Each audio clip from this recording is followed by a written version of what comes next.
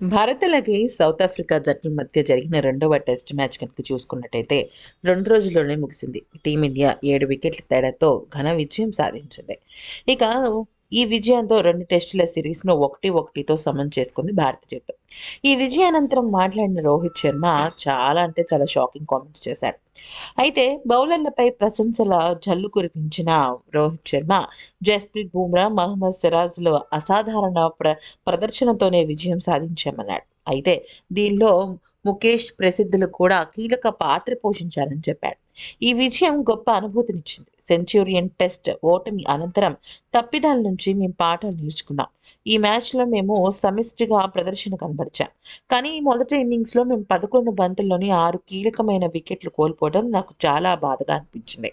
నిజానికి ఈ మ్యాచ్ ప్రారంభంలోనే మేము ఈ మ్యాచ్ 5 రోజులు ఆశాంతం జరుగుతుందంటే అనుకోలేదు. కానీ 11 బంతుల్లో 6 వికెట్లు కోల్పోవడం అనేది మేము కొంచెం బాధగా ఫీల్ అవుతున్నాం. పిచ్ బ్యాటింగ్‌కు ప్రతికూలంగా ఉన్నా కూడా సరైన ప్రదేశంలో బంతులు వేయడం చాలా ముఖ్యం. ముఖ్యంగా బౌలర్ల అసాధారణ ప్రదర్శనతోనే మ్యాచ్ ఆశాంతం జరిగింది. కేవలం భారత బౌలర్ల గురించే నేను చెప్పడం లేదు. ఇక్కడ సౌత్ ఆఫ్రికా బౌలర్లు కూడా చాలా అంటే చాలా అద్భుతంగా ఆడారు. బ్యాటింగ్‌లో మేము ప్రదర్శన కనబరిచినప్పటికీ కూడా 100 పరుగులు ఆధిక్యం సాధించాలనే లక్ష్యంతో బ్యాటింగ్ చేశాం. కానీ ఒక్క పరుగు కూడా జోడించకుండా చివరి 6 వికెట్లు కోల్పోవడం అస్సలంటే అస్సలు ఆమోదదాయకం కాదు. దానిలో మేము చాలా వెనకబడిపోయాం.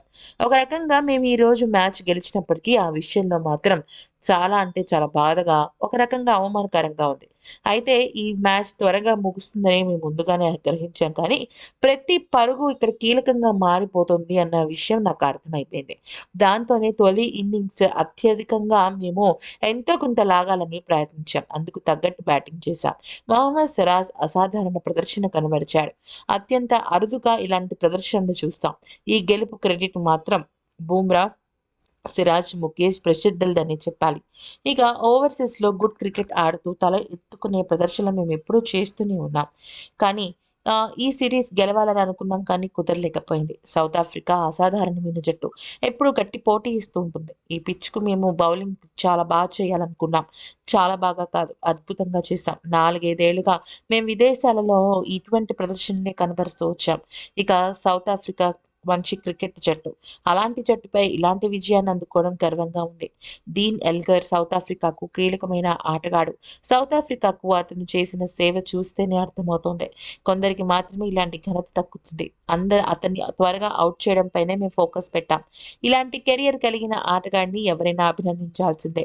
అతని భవిష్యత్తు మరింత అద్భుతంగా ఉండాలని కోరుకుంటున్నాను. తనది ఒక అసాధారణమైన కెరియర్ అంటూ రోహిత్ శర్మ చాలా విషయాలను పంచుకున్నాడు.